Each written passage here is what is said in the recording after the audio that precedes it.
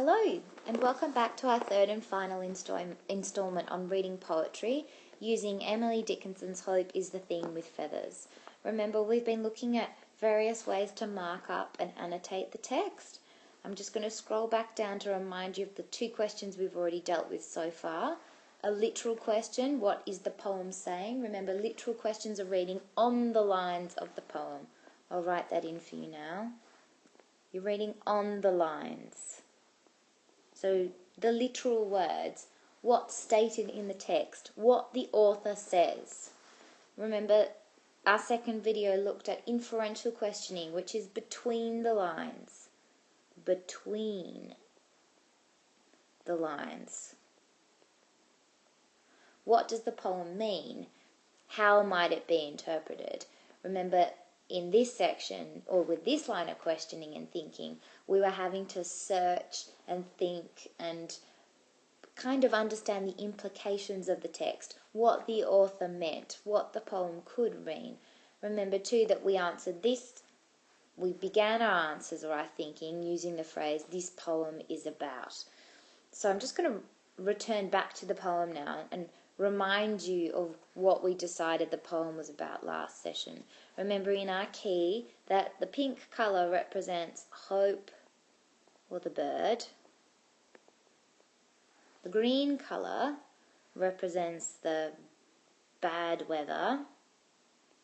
Remember from the third verse, the extremity, the challenge, the difficult conditions. And the third element, or working part, is the I or the me, the narrator, who might be the author or who might not. Depends. Remember too, we've got a working metaphor. Just going to get rid of metaphor. I've written in the wrong place. I apologise. Remember, we've got two working metaphors here. The metaphor of hope being a bird, and that really only being revealed in the second verse, which shows us how clever Dickinson is, and the second metaphor being bad weather or chill land or extremity, representing life's challenges and difficulties. So if we scroll back down to the questions again, this poem is about hope and about how the author feels about hope, or the narrator. The narrator feels that it's like a bird who's ever present and comforts people even in the worst possible conditions, and it provides this comfort selflessly because it never asks a crumb. I'm pulling that quote from the last line of the poem. So let's move on to the final strand of thinking, which is evaluative. And in evaluative thinking, we're thinking beyond the lines of the poem. And how you go beyond the lines of the poem as a reader is to really think about the poem on your own. We're wanting to go outside of the text, in a way. And how do we do that? Well, here's a question that I like to ask myself when I'm trying to go beyond the lines of the poem. And really, it's the question I posed to you at the very beginning of this work that we've undertaken together. That question when I read the poem out to you the first time, and I said, how does this poem make you feel? Well, the question that we ask when we're evaluating a poem is, how do I, let's capitalize that, feel about this as the reader? Now, there's a number of ways that we can think about texts and poems and books as readers. One really useful way to begin evaluative thinking is a 3-step model. And it goes like this. You can feel about a text in terms of relating the text to yourself. You can think about the text in terms of relating the text to another text. And you can think about the text in terms of relating the text to the world. Okay.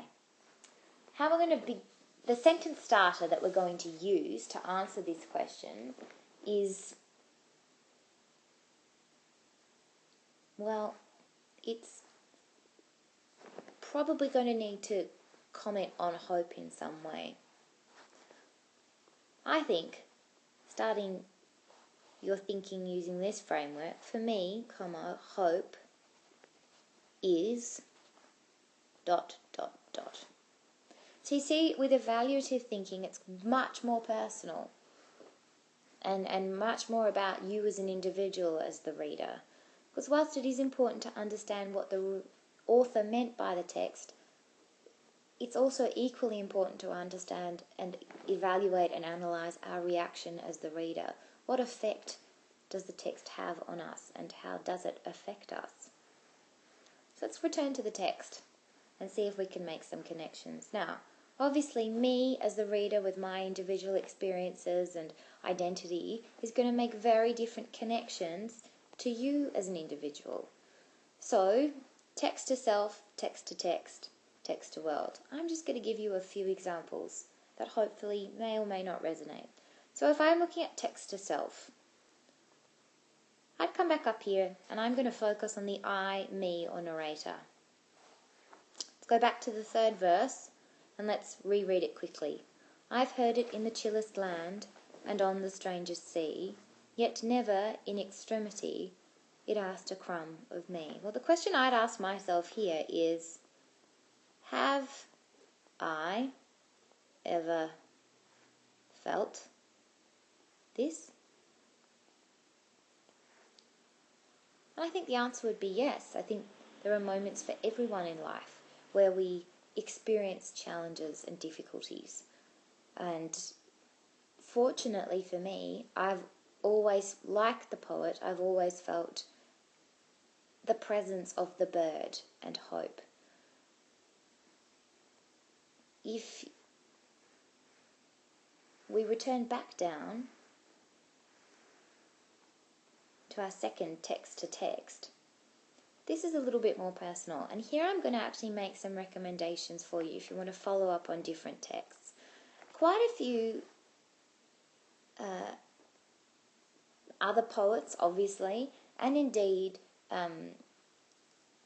singers and rappers have talked about hope. I know Common, I think, talks about hope in one of his songs, talking about being hopeful, and specifically locating his hope in the present, the day.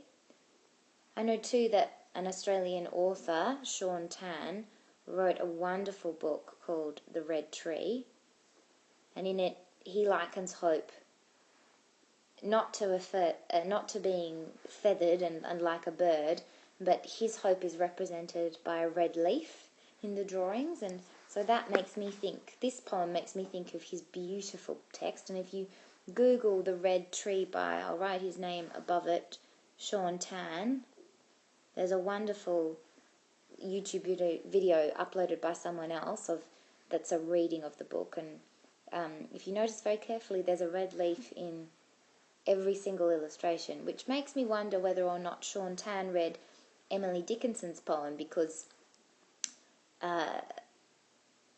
there's this sense in Dickinson's poem that the bird is ever present because it never stops, it keeps so many people warm, it's not easily abashed, and it never asks anything. I wonder if Tan read this poem as he was writing his book.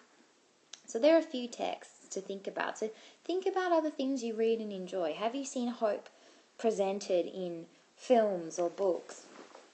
Is there a song that you like that talks about being hopeful? Finally, text to world is perhaps the trickiest but the most interesting. Where do we see hope in the world? Is hope important? Does it matter to humanity? Is it important?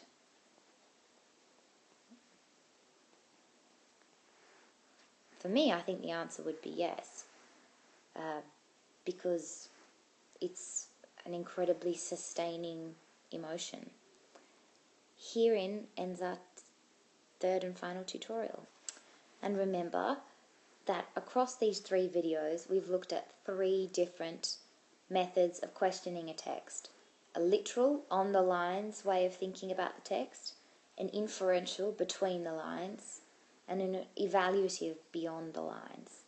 I hope that you're able to take this method of marking up your text and then questioning it and try it on another poem or article or passage from a book, and that you continue to work like this as you read and question and interrogate